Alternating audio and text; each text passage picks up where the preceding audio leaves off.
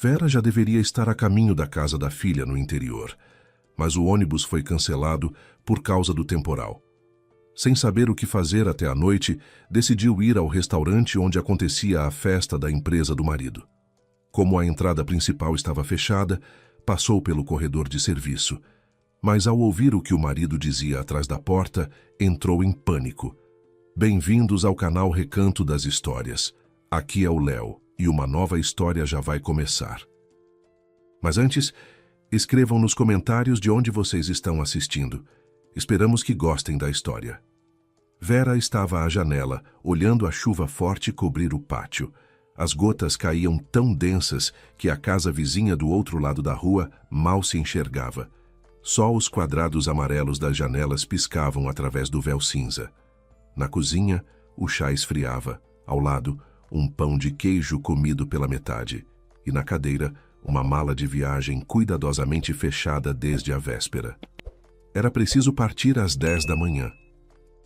O ônibus circulava uma vez por dia, e Vera comprara a passagem na semana anterior, quando finalmente tomara a decisão. Tomara a decisão era dizer muito. Ela simplesmente não conseguira mais aguentar. Quase 2 anos sem ver a filha Ana, sem ouvir sua voz, sem saber como crescia a neta que já tinha 2 anos.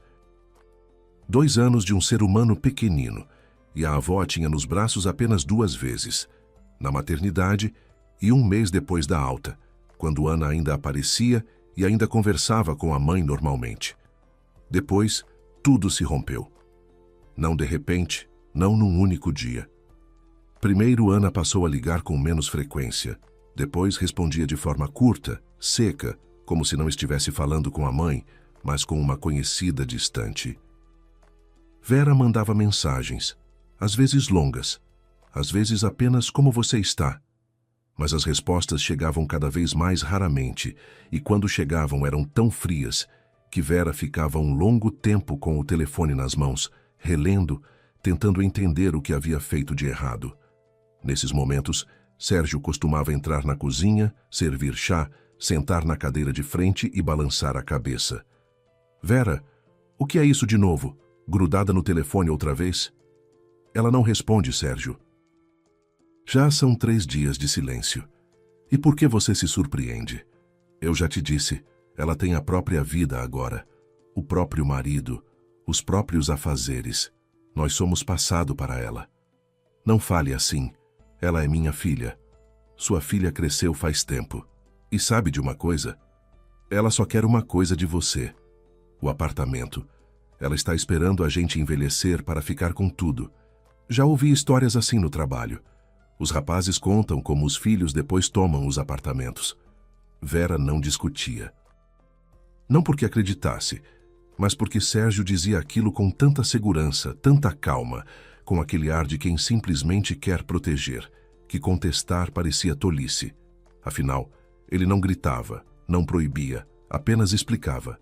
E Vera foi, aos poucos, tomando a explicação dele como verdade. Sérgio surgira na vida dela havia 7 anos. Vera já estava sozinha naquela época. O primeiro marido, pai de Ana, morrera quando a filha tinha 14 anos. Um câncer rápido e implacável o levou em 6 meses. Vera criara Ana sozinha. Trabalhava na biblioteca municipal, dava aulas particulares, sustentava o apartamento, a filha e a própria vida quieta e discreta. Quando Ana passou no vestibular em outra cidade e foi embora, Vera ficou no apartamento vazio com a sensação de que tudo aquilo para o qual havia vivido tinha partido junto com a filha. Sérgio era diretor de uma pequena empresa de fornecimento de materiais de construção. Eles se conheceram por amigos em comum, no aniversário de uma vizinha. Ele era atencioso, sorridente, sabia falar de um jeito que dava vontade de ouvir. Vera tinha 52 anos naquela época e havia muito tempo deixara de esperar algo da vida para si mesma. E então vieram as flores, a atenção, os jantares. Ele ligava toda noite, aparecia com compras, consertou a torneira da cozinha que pingava havia 3 anos. Vera se acostumou, depois se apegou, depois aceitou o pedido. Ana veio ao casamento, foi educada, mas reservada. Não disse nada contra. Só à noite, quando os convidados foram embora e elas ficaram sozinhas na cozinha, perguntou baixinho: Mãe, você tem certeza? Você o conhece bem? Aninha: Sou uma adulta. Ele é bom, atencioso, só que... Não sei explicar. É como se estivesse vendendo alguma coisa. Vera ficou ofendida naquela hora. Não muito, mas ficou. Pareceu-lhe que a filha não queria que a mãe fosse feliz. E Sérgio, depois que Ana foi embora, disse como quem não quer nada: Viu? Ela não fica feliz por você. Seria melhor para ela que você ficasse sozinha, esperando ela se dignar a ligar. E Vera concordou com um aceno de cabeça, porque era mais fácil assim. O primeiro ano de casamento foi razoável. Sérgio mantinha a casa, levava Vera ao teatro, dava perfumes de presente no aniversário. Na frente dos outros era impecável. Abraçava a esposa pelo ombro, chamava-a de minha Verinha. Contava aos conhecidos que finalmente encontrara a felicidade. Com Ana nos encontros era cordial. Perguntava sobre os estudos, oferecia ajuda financeira, fazia piadas. Mas em casa, quando a porta se fechava e a máscara não era mais necessária, o tom mudava. Você mandou R$ 500 para ela de novo? Vera, ela trabalha, o marido dela trabalha. Por que você está sustentando eles? Sérgio, ela pediu. A máquina de lavar quebrou. Sempre tem alguma coisa quebrando. Sabe de uma coisa? Não estou te mandando nada, mas pense bem. A gente não é milionário. A empresa está passando por um momento difícil e você joga dinheiro fora. Vera foi reduzindo os valores. Depois parou de mandar sem motivo. Depois passou a ter vergonha de ligar para a filha, porque cada conversa com Ana terminava com o desagrado silencioso de Sérgio.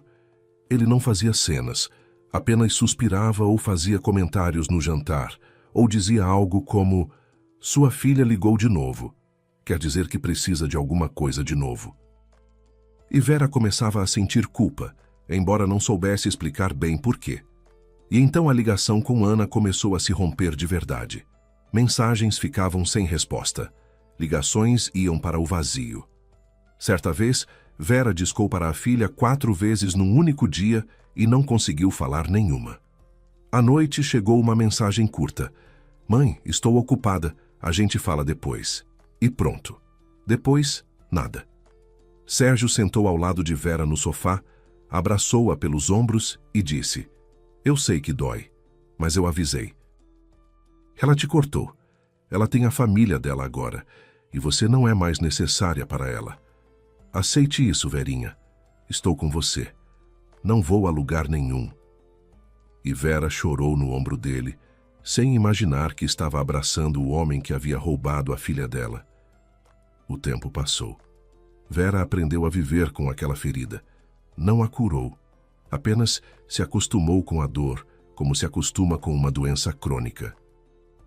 A foto de Ana ficava sobre a cômoda no quarto e Vera às vezes a olhava à noite, lembrando como a filha chegava correndo da rua com os joelhos esfolados, como elas assavam bolo de laranja juntas nos fins de semana, como Ana lia em voz alta as redações da escola, sentada num banquinho da cozinha com as pernas balançando. Onde havia ido parar aquela menina?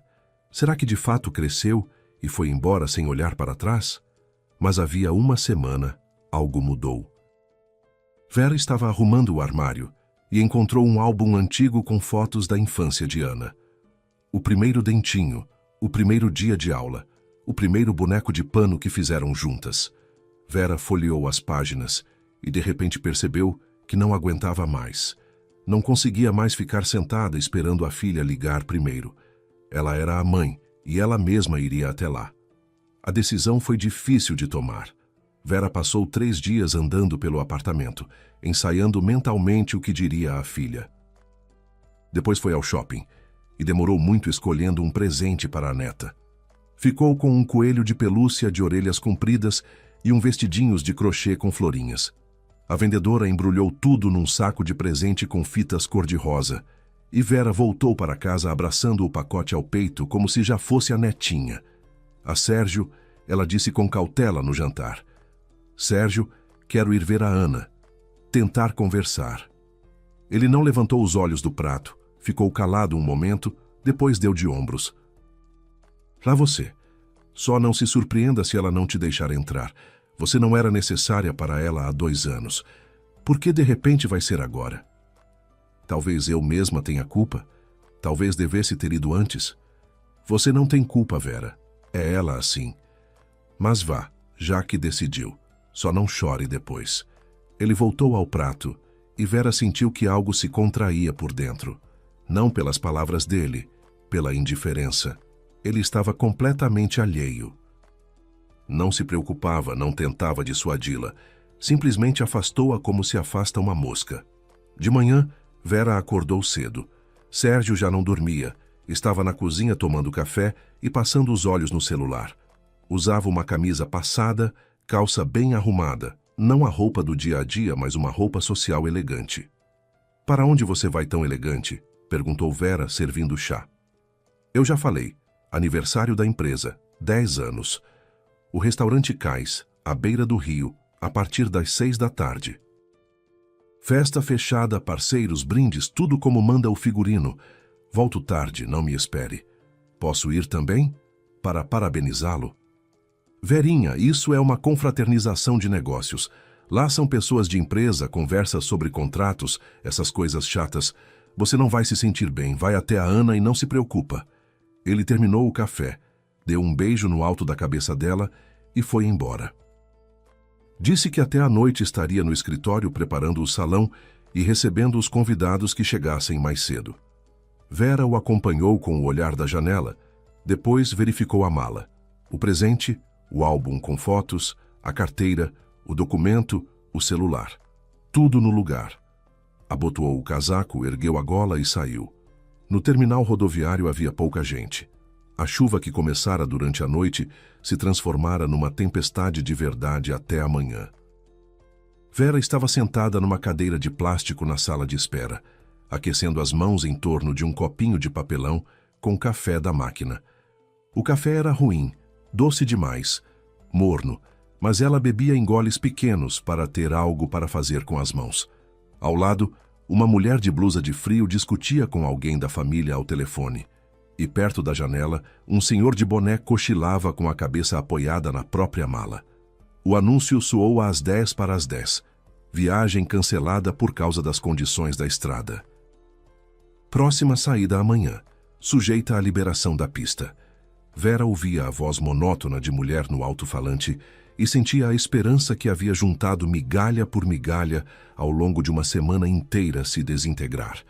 Ela saiu para a praça em frente ao terminal. A chuva batia no rosto, o vento entrava pela gola do casaco. A mala com o presente pesava no ombro. Voltar para casa parecia insuportável. Sentar na cozinha, desembrulhar o coelhinho de orelhas compridas, guardar o álbum de volta no armário e esperar outra vez. Esperar o quê? O próximo acesso de coragem, que talvez não viesse. Vera tirou o celular e olhou para o horário. Eram 10h30. O dia inteiro pela frente, e não havia para onde ir. Rolou os contatos, parou no nome de Ana. O dedo ficou suspenso sobre o botão de chamada, mas Vera guardou o celular. Não, ligar não adiantava. Se fosse ligar, precisava olhar nos olhos, precisava estar por perto, precisava mostrar que havia chegado. Por telefone era fácil demais desligar. As horas se arrastavam de forma penosa. Vera perambulou pelas lojas do terminal, tomou mais um copinho de café, ficou sentada na farmácia numa cadeira de espera, folheando uma revista velha de receitas. Ao meio-dia, a tempestade não havia amainado, e na cabeça não restava nada além de cansaço e uma angústia surda e latejante. Voltar para o apartamento vazio, onde até a noite não haveria ninguém, ela ainda não conseguia se obrigar a fazer. E foi então que se lembrou. A festa da empresa no cais, à beira do rio. Sérgio dissera que era a partir das 6, mas havia saído de manhã para preparar o salão. Ou seja, por volta do meio-dia, já devia haver alguém lá. Talvez o próprio Sérgio. Vera pensou, passar um pouco, sentar num lugar quente, parabenizar o marido, tomar uma xícara de chá. Não para a festa propriamente dita, apenas dar uma passada esperar a tempestade passar entre pessoas e não sozinha entre quatro paredes. Talvez Sérgio até ficasse contente, ou ao menos não ficasse bravo. O táxi a levou em 15 minutos. O restaurante Cais ficava à beira do rio. Um prédio de 2 andares com varanda de madeira, agora encharcada pela chuva. Vera se aproximou da entrada principal, mas as portas de vidro estavam trancadas, e nelas havia um aviso: entrada pelo pátio lateral, obras em andamento. Ela contornou o prédio, escorregando no caminho sem cobertura, e encontrou uma porta lateral. Por ela dava acesso à cozinha, grande, quente, com cheiro de cebola frita e temperos. Os cozinheiros já preparavam o banquete da noite. Sobre as mesas havia bandejas com frios. No forno, algo chiava. Um cozinheiro de chapéu branco olhou para ela com surpresa. À procura de quem? Sou esposa do Sérgio. Ele está aqui desde cedo preparando o salão para o aniversário da empresa. Posso passar? Ele está no salão pequeno, pelo corredor. Segunda porta à direita. Ele está lá com alguém conversando sobre alguma coisa. Vera acenou com a cabeça e foi pelo corredor estreito de serviço.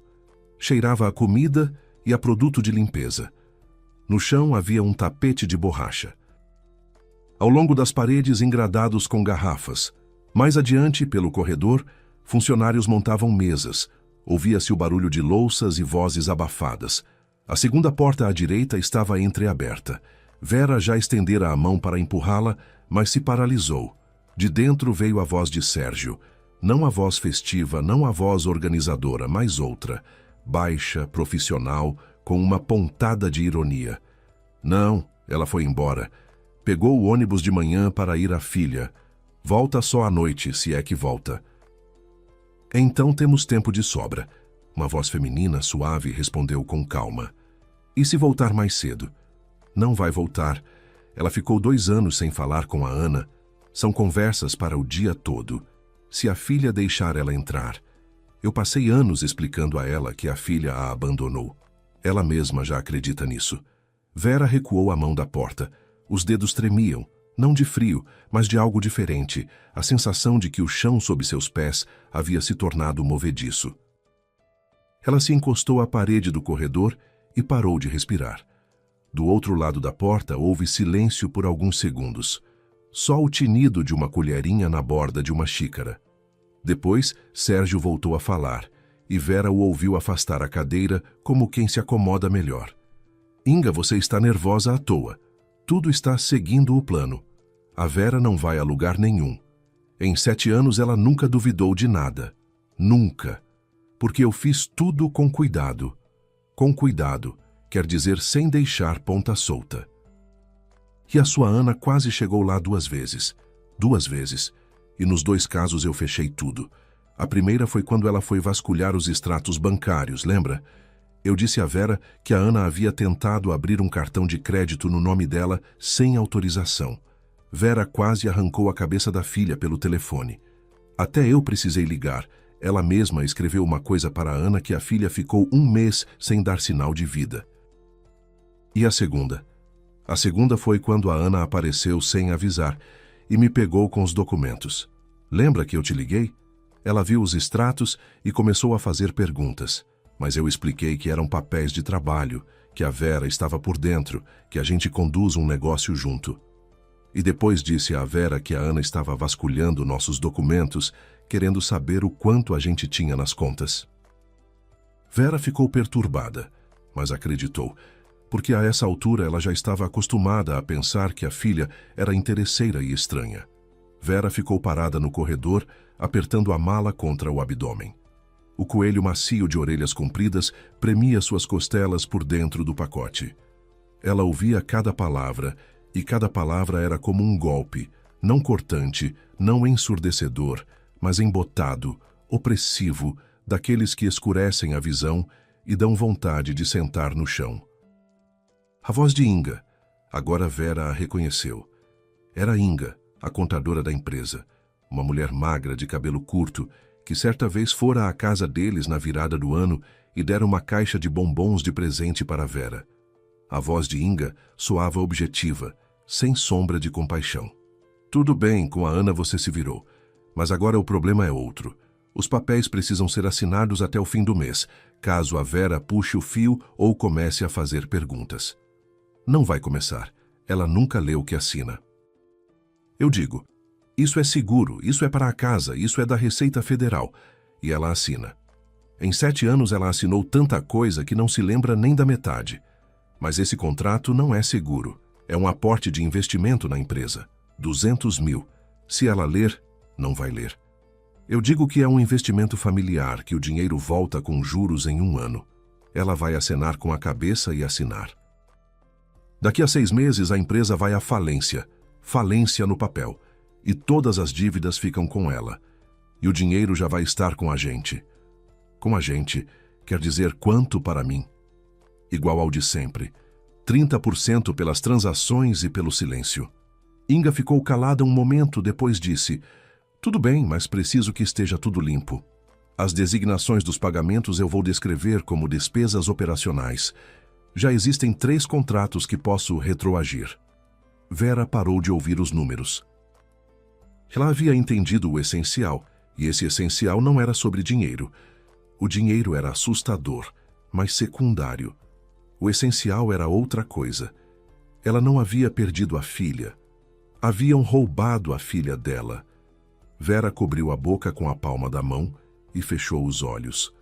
Diante dela, como num rebobinar, passaram os últimos 2 anos, as mensagens que havia mandado a Ana e para as quais, supostamente, não recebia resposta. Ana certamente respondia. Escrevia, ligava, tentava se fazer ouvir. E Sérgio apagava as respostas antes que Vera as visse. O presente que Vera enviara para a netinha no primeiro aniversário, uma encomenda com um macacão infantil e um chocalho. Ana nunca agradecera, e Vera havia concluído que a filha não se importava. Mas a encomenda havia chegado. Ela se lembrou de uma noite, 1 ano e meio atrás. Vera havia deixado o celular na cozinha e ido tomar banho. Quando voltou, Sérgio estava no lugar de sempre, assistindo televisão. O celular estava onde ela o havia deixado.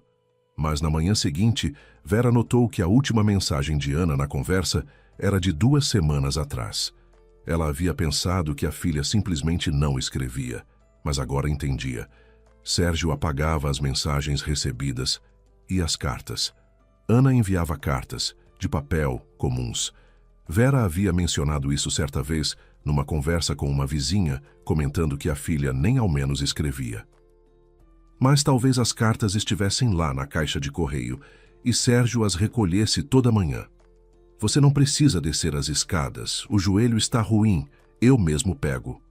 Gentileza, atenção e os presentes. Certa vez, Vera encontrara na garagem um saco de loja infantil, cor-de-rosa, com logomarca. Perguntou a Sérgio, ele dispensou com um gesto. É para a filhinha de um colega, esqueci de entregar. Vera não perguntou mais nada.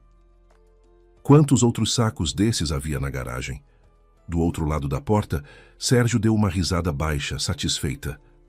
Sabe qual é o mais engraçado, Inga? Vera até hoje pensa que eu amava a Ana, que me esforçava, que sofria quando a filha parou de aparecer. Mas eu não sofria. Era conveniente para mim. Bom, você representava bem diante dos outros.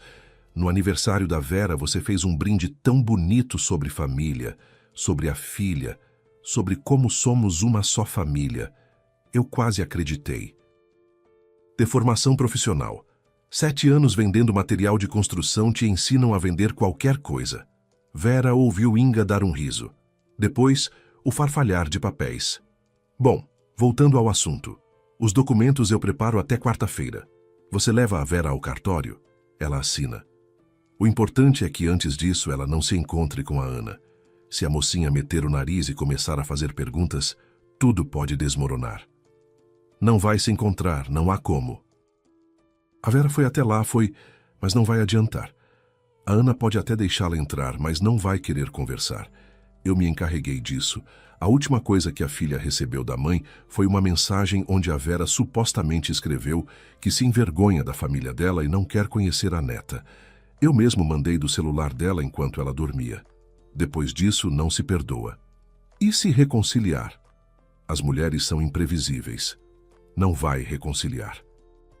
Tem tanta mágoa acumulada em 2 anos que não se resolve em um dia. E mesmo que a Vera comece a desconfiar de alguma coisa, em quem ela vai acreditar? Na filha que ficou 2 anos calada ou no marido que está do lado há 7 anos? A Vera vai voltar à noite toda perturbada e eu vou dizer: viu só, eu avisei. Ela vai chorar e se acalmar. Ela sempre se acalma. Silêncio. Depois Inga disse baixinho: você é uma pessoa dura, Sérgio. Sou prático. São coisas diferentes. Vera ficou atrás da porta sentindo as lágrimas escorrer pelo rosto. Quentes, lentas, silenciosas. Não soluçava, não tremia. O corpo parecia entorpecido e as lágrimas corriam sozinhas, como água de uma torneira esquecida aberta. Ela imaginou Ana lendo aquela mensagem. A mãe se envergonha da família dela. A filha que havia apertado a recém-nascida nos braços e lido palavras que a mãe jamais escreveu. O que ela sentiu? O que pensou?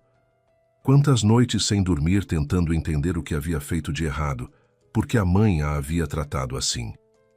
Vera enfiou a mão no bolso do casaco e encontrou o celular. Os dedos agiram antes que o pensamento se formasse. Ela desbloqueou a tela, encontrou o gravador e apertou o botão de gravação. O pequeno círculo vermelho começou a piscar na tela. Vera pressionou o celular contra o peito, bem perto da porta, e ficou imóvel. Do outro lado, Sérgio continuava falando. Agora havia passado a detalhes, valores, números de contas, datas. Inga esclarecia, perguntava, anotava. Vera não entendia metade do que discutiam. Uns contratos fictícios, alguns pagamentos por interposta pessoa. Mas não precisava entender. Precisava que o celular gravasse. Os minutos se arrastavam.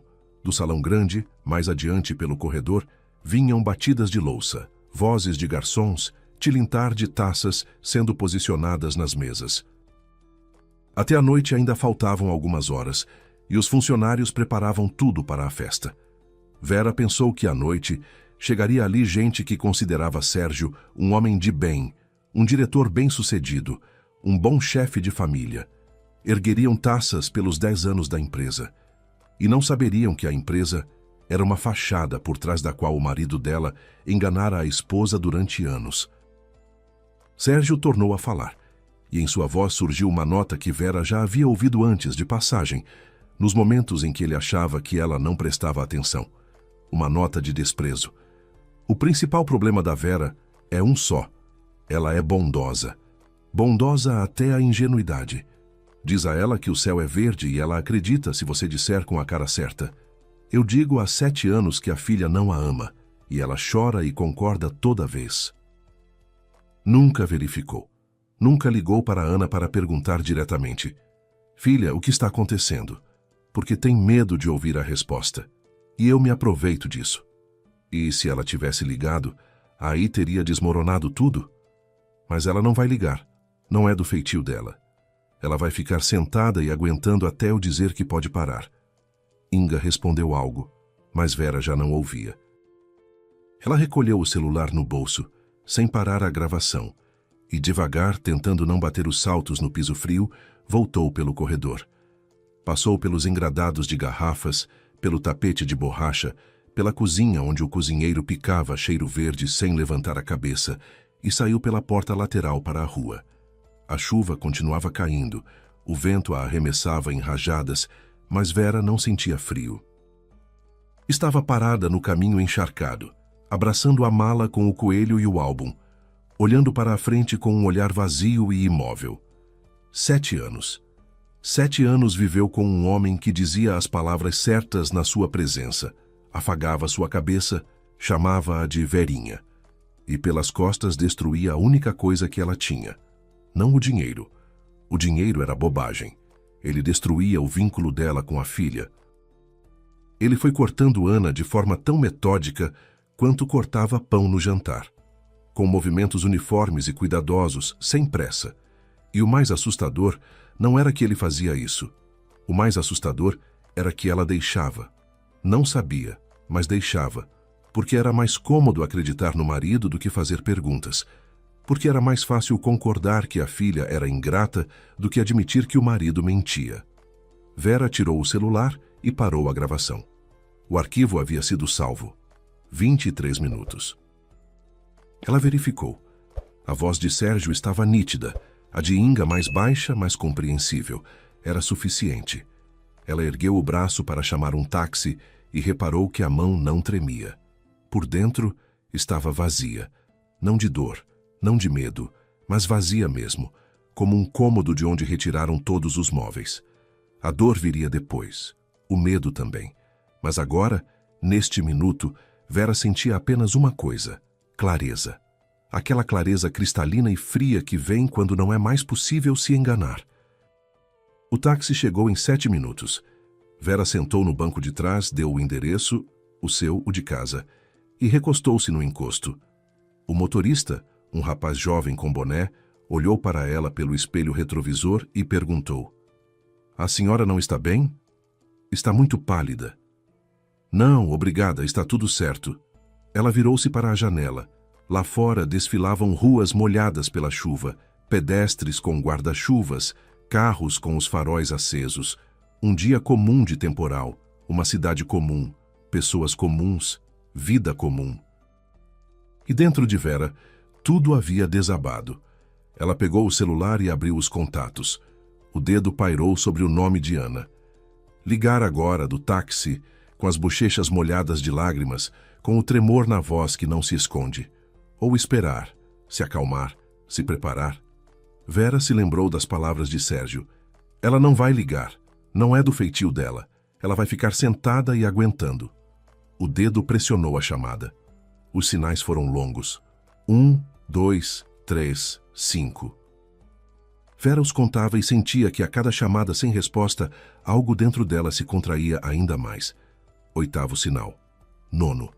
Vera estava prestes a desligar quando a linha foi atendida. "Alô?" A voz de Ana. Seca, desconfiada, distante. "Ana, filhinha." Pausa. Longa, pesada. "Mãe, o que aconteceu?" "Filhinha, eu soube de tudo. Só não desligue, por favor. Por favor, não desligue." Ana ficou quieta. Vera ouvia a respiração dela na linha, irregular, curta, como se a filha estivesse tentando respirar e não conseguisse expirar. "Mãe, se for de novo, se você for dizer outra vez que eu..." "Não. Não, Aninha. Me escuta. Não quero dizer nada disso. Quero perguntar. Só me responda com honestidade, por favor. Você me escreveu? Nesses 2 anos você me mandou mensagens, ligou, enviou fotos?" Nova pausa. Depois a voz de Ana mudou. Nela apareceu algo frágil, partido, como numa criança punida injustamente. "Mãe, você está falando sério? Eu te escrevia. Tantas vezes que parei de contar. Mandava fotos da Maísa. Te convidei para o aniversário dela. Pedi que você ao menos respondesse. E nada. Silêncio. Semanas, meses. E depois chegou uma mensagem sua." Ana hesitou. "Você escreveu que se envergonhava da minha família, que o Rodrigo era um fracassado, que eu me desperdicei nas fraldas. Depois disso eu parei de tentar." "Você se lembra dessa mensagem?" Vera fechou os olhos. O táxi sacudiu numa curva e ela se agarrou à maçaneta da porta. "Eu não escrevi isso, Ana. Juro que nunca escrevi nada parecido. Foi ele. Foi o Sérgio. Ele pegava meu celular quando eu dormia, quando ia ao banheiro, quando o deixava na cozinha. Ele apagava as suas mensagens e escrevia para você em meu nome. Mãe, espera, me deixa falar. Hoje eu devia ter ido a você. Comprei passagem no ônibus, fiz a mala. O presente para a Maísa. O ônibus foi cancelado por causa da chuva. Fui ao restaurante onde o Sérgio tinha a festa da empresa. Entrei pela cozinha e ouvi ele conversando com a Inga, a contadora. Ele contou tudo, como nos separou, como apagava as mensagens, como interceptava as cartas, como escondia os presentes. Ele ria, Ana. Ele ficou ali rindo e dizendo que eu era estúpida demais para desconfiar de alguma coisa. O silêncio na linha se tornou outro, não hostil, mas atordoado. Vera ouvia, em algum ponto ao fundo, um choro fino de criança. Devia ser Maísa. E Ana maquinalmente sussurrou para alguém. Quietinha, meu sol, quietinha. Mãe, você gravou? Sim, 23 minutos. Cada palavra. Ana expirou longamente, com um tremor. Eu sabia. Meu Deus, mãe, eu sabia que algo estava errado. Eu sentia, eu dizia ao Rodrigo. Mamãe não podia ter mudado assim, não podia ter se tornado assim. Ela não é esse tipo de pessoa. Mas depois chegava mais uma mensagem sua, fria, estranha. E eu pensava, será que estou errada? Será que ela de fato não quer nos conhecer? Ele me dizia a mesma coisa sobre você toda noite. Sentava na minha frente e explicava como você era ingrata, que você só queria o apartamento, que você me havia abandonado. Mãe, eu te mandei uma encomenda no seu aniversário. Luvas de crochê que eu mesma fiz e uma moldura para foto com a Maísa. Você não respondeu. Concluí que você havia jogado fora. Vera se lembrou. Sérgio descia todos os dias para buscar a correspondência. Você não precisa descer as escadas. O joelho está ruim. Eu mesmo pego. Gentileza. Atenção. 7 anos de atenção por trás da qual se escondia o cálculo. Não recebia a encomenda, filhinha. Nem as luvas, nem a moldura, nada. Ele tirava tudo da caixa de correio e escondia. Hoje eu ouvi ele dizer para a Inga que os presentes estavam na garagem. Na garagem? A voz de Ana se partiu. Os meus presentes para você estão na garagem dele? Vou verificar. Quando voltar para casa, vou verificar. O táxi parou diante do prédio. O motorista se virou. Chegamos. Vera acenou, tirou a carteira, pagou, desceu sem interromper a ligação, entrou no prédio e sentou no banco do térreo. Subir ao apartamento ela não queria. Sérgio não estava, mas o próprio espaço que ela havia dividido com ele por 7 anos parecia agora envenenado. Ana, me escuta. Não sei o que ele conseguiu assinar em meu nome. Eu assinava os papéis que ele trazia, dizia, seguro declaração de imposto para a casa. Eu não lia. Nunca me ocorreu verificar. Mãe, você precisa de um advogado. Com urgência. Eu sei. Mas primeiro quero entender quanto mais eu não sei. Ele falava hoje com a Inga sobre um depósito familiar. 200 mil. Ele quer que eu assine esta semana, e depois a empresa vai à falência e as dívidas ficam comigo. Não assine nada, está ouvindo? Nada. Nem um único papel. E vem pra cá. Amanhã, assim que liberarem as estradas, pegue o ônibus e venha. Eu e o Rodrigo conversamos com você sobre tudo. Ele tem um advogado conhecido, sério, que lida com esses casos. Vera estava sentada no banco do corredor, ouvindo a voz da filha e sentindo que algo que se havia pedrado por dentro ao longo de 2 anos de silêncio começava lentamente a descongelar. Não alegria. Para alegria era cedo demais. Não alívio. Para alívio era doloroso demais. Mas algo parecido com esperança. Fino, frágil, como a primeira gota de sol depois de uma longa tempestade. Mas estava lá. Mãe, você ainda está aqui? Aqui, filhinha. Estou aqui. A Maísa acabou de acordar. Você quer que eu ligue o vídeo para você vê-la? Vera olhou para a tela do celular. Carga. 41%. Suficiente. Liga. A tela piscou, e nela apareceu o rosto de Ana. Cansado, lacrimejante, mas vivo. E ao fundo, no tapetinho de atividades, estava sentada uma menina pequena de blusinha rosa com ursinhos bordados. Ela segurava uma colher de plástico e batia concentrada numa panelinha virada de cabeça para baixo. Cabelinhos cacheados, bochechas redondas, o narizinho de Vera, aquele mesmo levemente arrebitado, por causa do qual Vera era chamada de narizinho na escola. É a Maísa, murmurou Vera. É a Maísa, sua netinha, que está te esperando. A menina ergueu a cabeça, viu o celular e sorriu.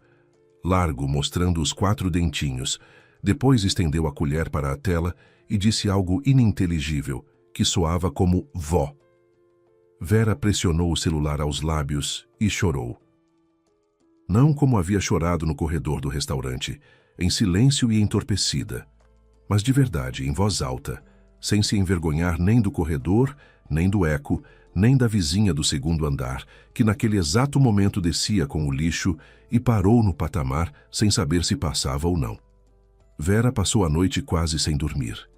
Deitada no seu lado da cama, ouvia Sérgio respirar serenamente ao lado e olhava para o teto.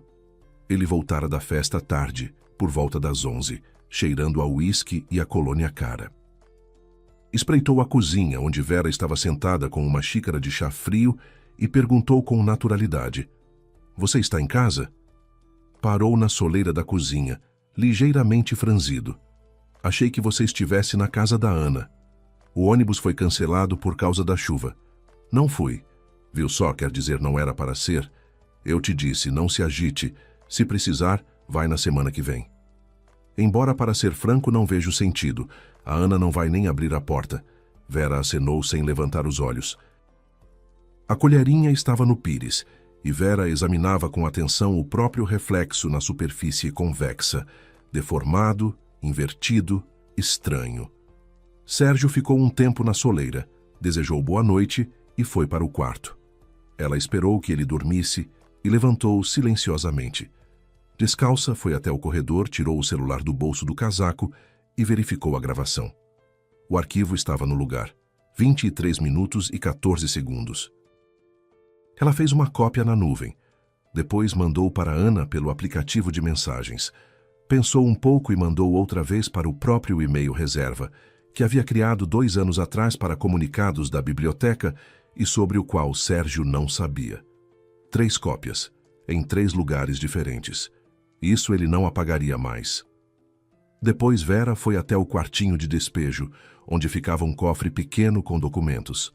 A combinação ela sabia. Era a data do casamento deles. Abriu, tirou a pasta. Dentro havia contratos, recibos, apólices de seguro.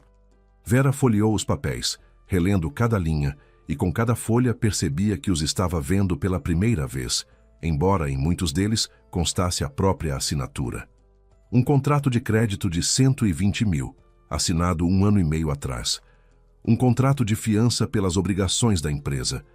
Mais um crédito de 80 mil para a reforma, mas reforma nenhuma havia sido feita.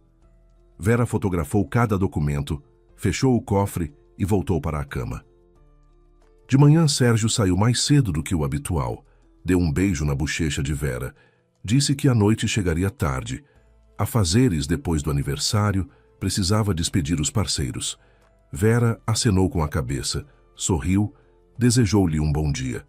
A porta se fechou e ela ficou no corredor ouvindo os passos dele se apagarem pela escada, contando até 30. Ao chegar em 30, expirou, tirou o celular e ligou para Ana. "Mãe, já organizei tudo. O Rodrigo acertou com o advogado, o Dr. Marcelo. Hoje ele está livre depois das 2. Você pode vir?" As estradas foram liberadas. O Rodrigo verificou. "Ônibus há desde as 9. Mãe, vem. A gente vai te esperar na rodoviária." Vera se arrumou em 15 minutos.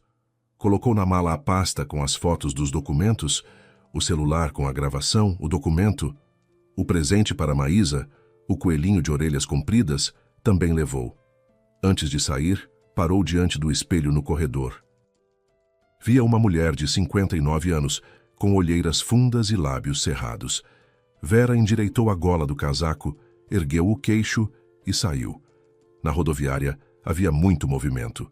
O represamento de ontem estava se desfazendo. Todos os que ficaram presos por causa da tempestade se precipitavam às bilheterias. Vera comprou a passagem e sentou no ônibus junto à janela. Lá fora desfilava a cidade, lavada pela chuva, limpa e clara sob o sol da manhã. A viagem levou 2 horas e meia. Vera não dormiu nem leu. Ficou sentada olhando as árvores piscar ao longo da estrada e pensando que por essa mesma estrada poderia ter passado 2 anos atrás. 1 ano atrás. 6 meses atrás. Poderia ter ido em qualquer momento, mas não foi, porque acreditou no homem que lhe dizia: "Não precisa, não se desgaste, ela não está esperando por você." Ana estava na praça da rodoviária com um casaco azul escuro, sem chapéu, com o nariz vermelho de frio. Ao lado se agitava Rodrigo, alto, magro, de óculos, segurando um carrinho de bebê com uma mão. No carrinho, embrulhada num macacão rosa, estava Maísa, roendo concentrada uma luva. Vera desceu do ônibus e parou a 3 passos da filha. Olharam uma para a outra e nenhuma das duas sabia o que dizer. 2 anos de silêncio estavam entre elas, densos, pesados, como uma parede que não se derruba com uma única palavra. Ana parecia mais velha do que Vera se lembrava. Mais delgada no rosto, com uma ruga entre as sobrancelhas que antes não existia. "Mãe", disse Ana e deu um passo à frente. Vera abraçou a filha com força, em silêncio, enterrando o rosto em seu cabelo, que cheirava a shampoo e a ar fresco. Ana envolveu a mãe com os 2 braços e se apertou de tal modo que Vera sentiu a filha tremer, não de frio, mas de tudo que havia se acumulado por 2 anos, e agora buscava saída. Rodrigo delicadamente se virou para ajustar o cobertor no carrinho. Maísa cuspiu a luva e fitou com curiosidade a mulher desconhecida que abraçava a mamãe. No apartamento de Ana era apertado e quente. Um 2 quartos pequeno no 4º andar, com corredor estreito cheio de sapatos e cozinha, onde mal cabia uma mesa redonda para 4. Na geladeira havia ímãs de várias cidades e desenhos infantis, rabiscos com lápis de cor colados com fita adesiva. No peitoril da janela havia vasinhos de flores, e num canto se empilhava uma cadeirinha de alimentação manchada de papinha. Ana sentou a mãe na cozinha, pôs a chaleira e tirou biscoitos do armário. Rodrigo levou Maísa para o quarto. De lá vinham balbucios infantis e o som de um chocalho. "Mãe, mostra os documentos." Vera pôs sobre a mesa as fotos do cofre. Não havia tempo de imprimir. Olharam na tela do celular, ampliando cada folha. Ana folheava em silêncio, e a cada página seu rosto ficava mais tenso. "Esse crédito de 120, Ana apontou o dedo para a tela. "Assinado 1 ano e meio atrás. Mãe, você se lembra de quando assinou?" "Vagamente. Ele disse que era para refinanciamento, que assim seria mais vantajoso. Eu estava sentada na cozinha, ele pôs os papéis, mostrou onde assinar. Eu assinei. E essa fiança pelas obrigações da empresa. Mãe, isso significa que se a empresa dele deixar de pagar alguém, quem vai pagar vai ser você. Com o seu patrimônio, o apartamento." Eu não sabia que estava assinando uma fiança. Ele disse, "Contrato de parceria, formalidade." Ana pôs o celular de lado e esfregou a testa com as 2 mãos. "Mãe, ele estava te esvaziando metodicamente, aos poucos. Créditos, fianças, transferências, tudo em seu nome. Se você tivesse assinado também esse depósito de 200 mil que ele estava preparando, você teria ficado sem nada, com dívidas e sem o apartamento." Às 2 horas, chegou o Dr. Marcelo, um homem baixo, com pouco mais de 40 anos, de paletó cinza e pasta de couro surrada.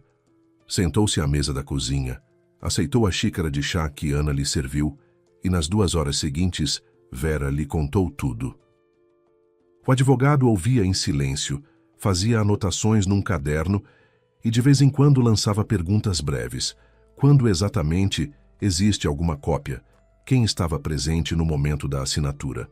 Quando Vera tocou a gravação do restaurante, ele pediu para ouvir 2 vezes, depois se recostou na cadeira e disse, "Vera, a situação é séria, mas não sem saída. A gravação é um trunfo. Ela não é uma prova absoluta em juízo, mas somada aos documentos e extratos bancários, o quadro fica suficientemente convincente. Os créditos assinados sem real compreensão das condições podem ser contestados. A fiança também. Especialmente se for possível provar que a enganaram quanto à natureza do documento. Mas para isso, é preciso agir rápido e, antes de tudo, impedir que ele transfira o restante do dinheiro. O que precisa ser feito? Primeiro, não assine absolutamente nada. Nada mesmo, até resolvermos tudo. Segundo, preciso dos extratos completos de todas as suas contas bancárias dos últimos 3 anos. Terceiro, quando ele propuser ir ao cartório para assinar esse depósito, você concorda, mas em vez de assinar, providenciaremos para ele um encontro para o qual ele não está preparado. Que encontro? Você não vai ao cartório sozinha. Você vai com eu e sua filha, e com a gravação do restaurante. Ana olhou para a mãe. Vera olhou para o advogado. Na cozinha tiquetaquava o relógio de parede, redondo com passarinho, que Ana havia comprado no mercado de pulgas e que havia muito não cantava mais. Ele vai gritar, disse Vera baixinho. Ele sempre grita quando algo sai do planejado. Vai me pressionar, vai dizer que eu o traí, que estou destruindo a família. Deixa ele gritar. Ana pôs a mão sobre a palma da mãe. Deixa ele gritar à vontade. Você não está sozinha. Nunca mais vai estar. O Dr. Marcelo terminou o chá, guardou o caderno na pasta e antes de sair disse: Vera, mais uma coisa. Quando voltar para casa, comporte-se como sempre. Não mude nada. Não discuta nada com o marido.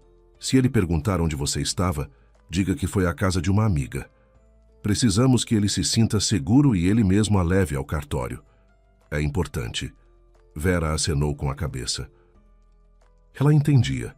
Era preciso voltar para casa e sentar de novo à mesa, em frente ao homem que a havia enganado por 7 anos. Sorrir para ele, perguntar como foi o dia, talvez preparar o jantar, representar aquele mesmo papel que ele havia representado diante dela todos aqueles anos. Só que agora, os papéis tinham se invertido. Antes de partir, Vera entrou no quarto das crianças. Maísa estava sentada no berço brincando com um ursinho de pelúcia que Rodrigo havia acabado de pegar da prateleira de cima.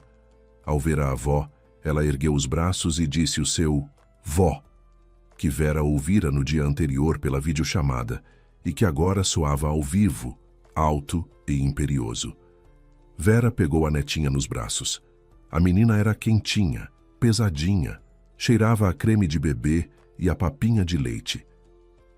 Ela logo agarrou Vera pelos cabelos e puxou e depois riu.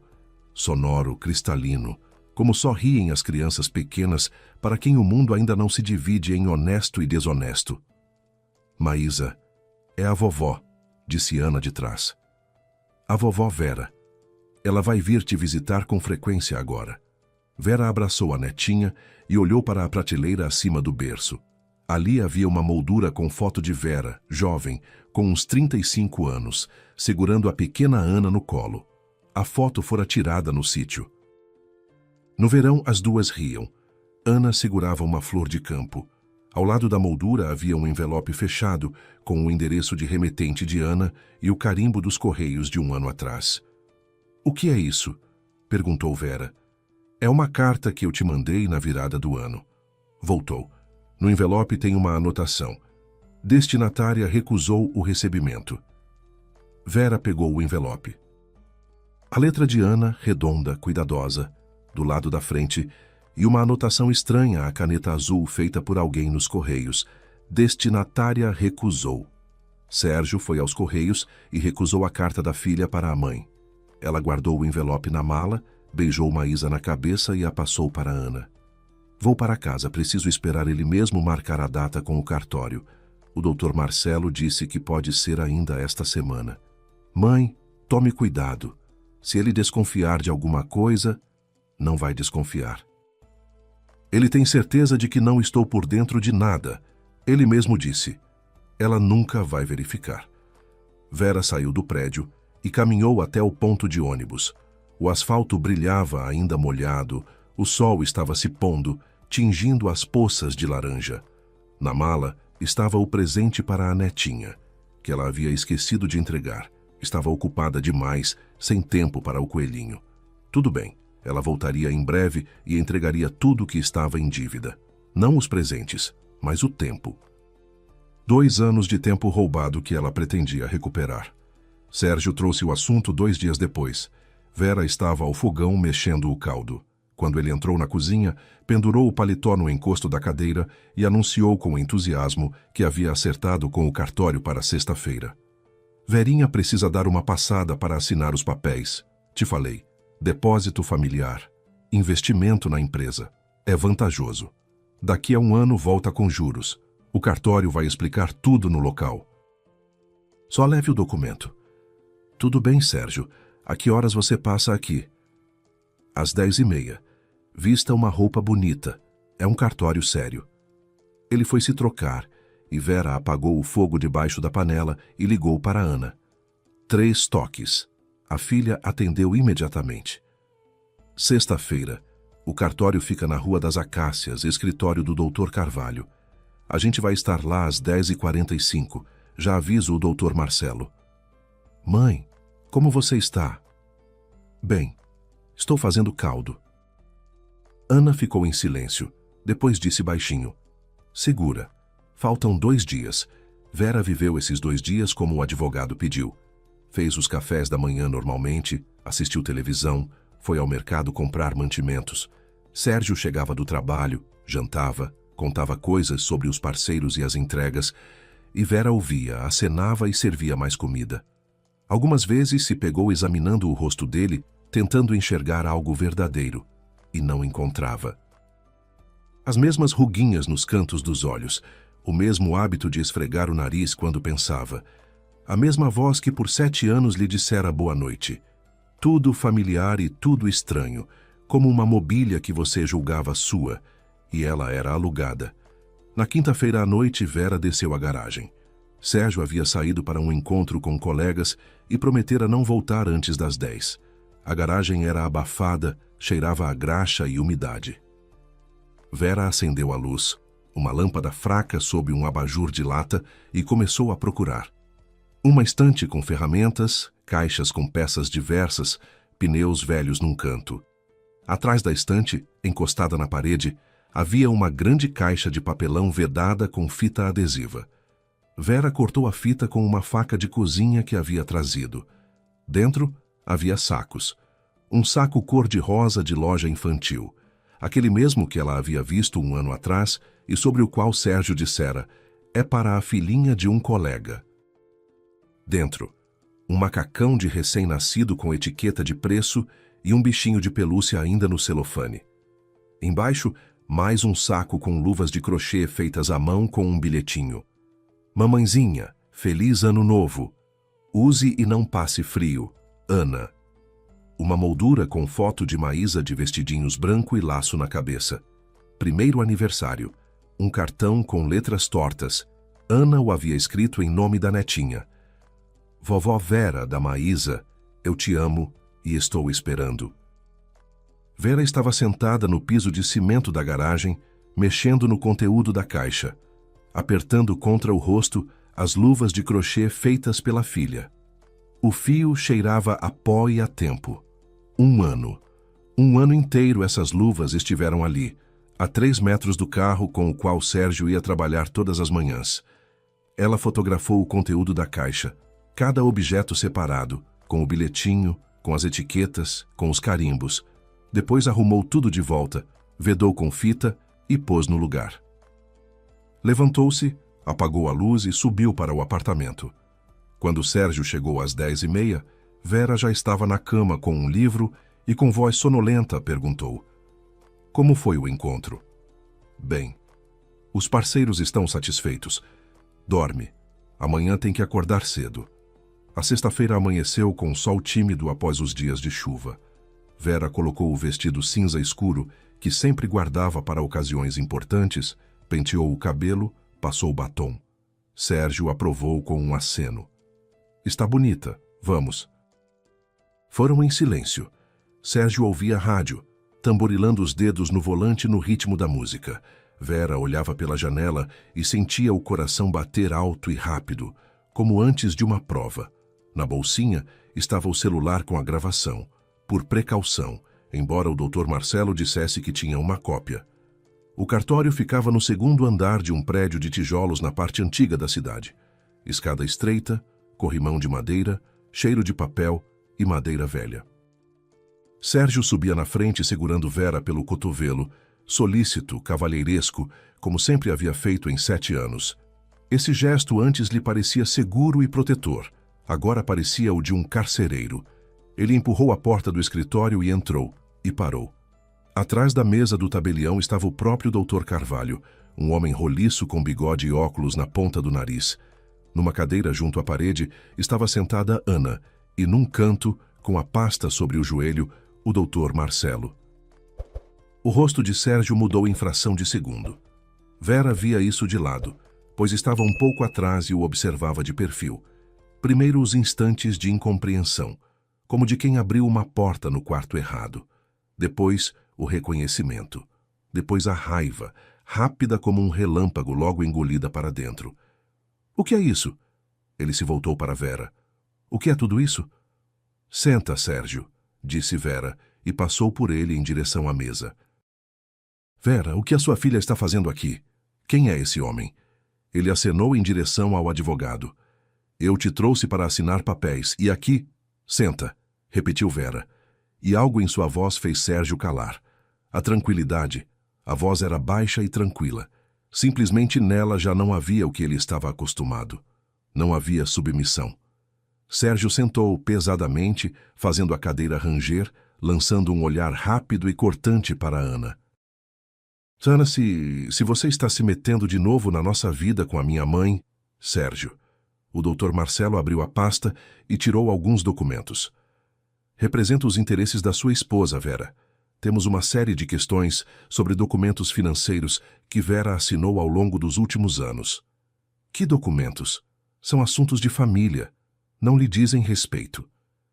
Vera, diz a ele que você assinou tudo voluntariamente, por sua própria vontade. Ninguém te forçou. Vera ficou em silêncio. Ela olhava para o marido e esperava.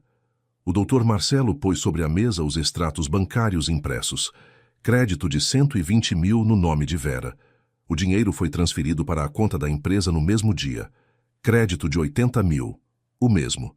Fiança pelas obrigações da empresa assinada por Vera, que, segundo suas declarações, foi induzida a erro quanto à natureza do documento. E, finalmente, o contrato que o senhor pretendia assinar hoje. Aporte de investimento de 200 mil, que, na prática, é mais uma transferência de recursos para uma empresa à beira de uma falência premeditada. Sérgio empalideceu, mas não cedeu. Endireitou-se na cadeira e falou rápido com ímpeto. Isso é ridículo. É minha esposa, é minha família, e tenho o direito de conduzir os negócios da forma que julgo adequada. Vera sabia o que assinou. É adulta. E quanto a trazer essa aqui, ele sacudiu a cabeça na direção de Ana. Isso é baixeza. Ela a vida toda tentou nos separar. E eis... Sérgio, disse Vera. Chega. Ela tirou o celular da bolsinha, encontrou o arquivo e pressionou play. No escritório, soou a voz de Sérgio, baixa, objetiva, com aquela ponta de ironia. O principal problema da Vera é um só. Ela é bondosa. Bondosa até a ingenuidade. Depois, sobre as mensagens apagadas, as cartas interceptadas, os presentes na garagem, a mensagem mandada do celular de Vera adormecida. A mãe se envergonha da família dela. E, por fim, sobre o dinheiro. Os 200 mil, a falência fictícia, os 30% para a Inga. Sérgio ouvia a própria voz e seu rosto se transformava lentamente, como uma fotografia mergulhada no revelador. Primeiro a perplexidade, depois a raiva, depois algo parecido com medo. Ele se virou para Vera, abriu a boca e fechou.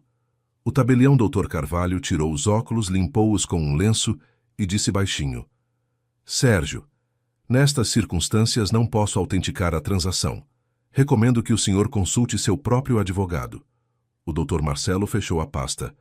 Vera está requerendo a dissolução do casamento. Simultaneamente encaminharemos uma queixa às autoridades policiais por fraude e falsificação de documentos financeiros. As contas bancárias da empresa serão bloqueadas até o final da apuração. Sérgio se levantou. A cadeira deslizou e bateu na parede. Ele ficou parado no meio do escritório. Grande, corpulento, de terno caro, e olhou em silêncio para Vera. Depois, virou o olhar para Ana e disse baixinho com ódio: Foi você. Você que organizou tudo isso? Você sempre se meteu onde não era chamada. Ana não desviou os olhos. Não, Sérgio. Foi você que organizou. 7 anos atrás, quando decidiu que minha mãe era uma carteira conveniente e que eu era um obstáculo. Sérgio saiu batendo a porta. Os passos dele ecoaram pela escada e sumiram. No escritório, ficou o silêncio. O tabelião guardou os papéis na gaveta. O Dr. Marcelo deu um aperto de mão a Vera e disse que entraria em contato na segunda-feira sobre os detalhes. Ana foi até a mãe e a abraçou. Rápido, forte, encostando a bochecha na dela. 2 semanas depois, chegaram os resultados da apuração. Inga tentou se distanciar, dizendo que apenas seguia ordens e desconhecia a dimensão do esquema. Mas as mensagens, as ordens de pagamento com sua assinatura e as transferências para sua conta pessoal contavam outra história. Ela não era uma contadora casual, nem uma subordinada coagida. Era a pessoa que por 7 anos havia ajudado Sérgio em troca de dinheiro, conhecendo cada número. Sérgio perdeu a empresa. As contas foram bloqueadas, os parceiros se afastaram, e um dos credores entrou com sua própria ação. Ele tentou contato com Vera, ligou, mandou mensagens, uma vez até apareceu na entrada do prédio e ficou lá de baixo olhando para as janelas. Vera não respondia e não abria. O Dr. Marcelo lhe repassava o conteúdo das mensagens. No início vieram ameaças, depois pedidos, depois queixas sobre a saúde. Vera ouvia e ficava em silêncio. Comunicação apenas pelo advogado, como havia prometido. O divórcio foi formalizado rapidamente. Vera ficou com o apartamento, que originalmente era dela, e começou a resolver os créditos. O Dr. Marcelo dizia que o processo seria longo, mas as perspectivas eram boas. O induzimento a erro era comprovável, e a gravação do restaurante se tornou o argumento central. 1 mês depois do divórcio, Vera fez uma mala e foi para a casa da filha. Não por um dia, não por um fim de semana, de vez. Ana a esperou na rodoviária com Maísa no colo. A menina viu a avó, estendeu os bracinhos e disse com segurança, vovó. Não mais com entonação interrogativa, simplesmente constatando um fato. Na primeira noite ficaram sentadas na cozinha, tomando chá com limão e conversando. Não sobre Sérgio, não sobre os processos, não sobre dinheiro, mas sobre tudo o que haviam perdido. Ana contava como Maísa havia aprendido a andar, como Rodrigo havia recebido uma promoção, como elas foram ao sítio no verão, e Maísa tocou a água do riacho pela primeira vez e se pôs a chorar do susto. Vera ouvia, ria e sentia que a cozinha ao redor, apertada com a mesa redonda, a flor no peitoril e o passarinho que não cantava mais, se tornava o lugar mais aconchegante do mundo. Antes de dormir, Vera entrou no quarto das crianças. Maísa já dormia com os bracinhos abertos como uma estrelinha. Vera tirou da mala o coelhinho macio de orelhas compridas e o vestidinhos de crochê com florinhas, o mesmo presente que havia comprado antes da primeira viagem e que foi levando de ida e volta sem conseguir entregar. Pôs o coelho na prateleira ao lado do berço e o vestidinho deixou de lado. Maísa, dormindo, se virou para o lado, mexeu os lábios dormindo, e Vera pensou que de manhã a menina acordaria e o veria logo de cara. Na mesinha de cabeceira do berço estava a moldura com a foto de Maísa de vestidinhos branco e laço na cabeça. O primeiro aniversário, aquela mesma da garagem, Vera a havia trazido consigo, junto com o resto, as luvas de crochê, o macacão, o chocalho, o cartão. Tudo que Sérgio havia escondido dela durante anos, ela havia recolhido antes de partir e colocado na mala. Agora essas coisas estavam no corredor, num saco, esperando seu lugar, porque não eram apenas coisas. Eram 2 anos de amor interceptado no meio do caminho. Vera endireitou o cobertor na netinha, afagou a cabeça cacheada e saiu do quarto. No corredor estava Ana, encostada na parede, olhando para a mãe. Mãe, o que houve? Nada, filhinha. Só estou pensando. Em quê? Vera olhou para a filha, cansada, emagrecida, com olheiras que ainda não tinham passado nessas semanas, e sorriu. Em como às vezes as tempestades chegam na hora certa. Ana não entendeu, mas Vera não quis explicar. Simplesmente abraçou a filha como a abraçava na infância, com força com os 2 braços, apertando-a contra si. E ficaram assim, paradas no corredor estreito do apartamento pequeno. E havia silêncio. E lá fora a chuva caía mansinha, e em algum quarto dormia Maísa, E não era preciso dizer mais nada. Obrigado por ouvir a história. Aqui foi o Léo, do canal Recanto das Histórias. Se gostaram, inscrevam-se no canal e deixem o like. Para vocês, é um simples gesto, mas para nós faz toda a diferença.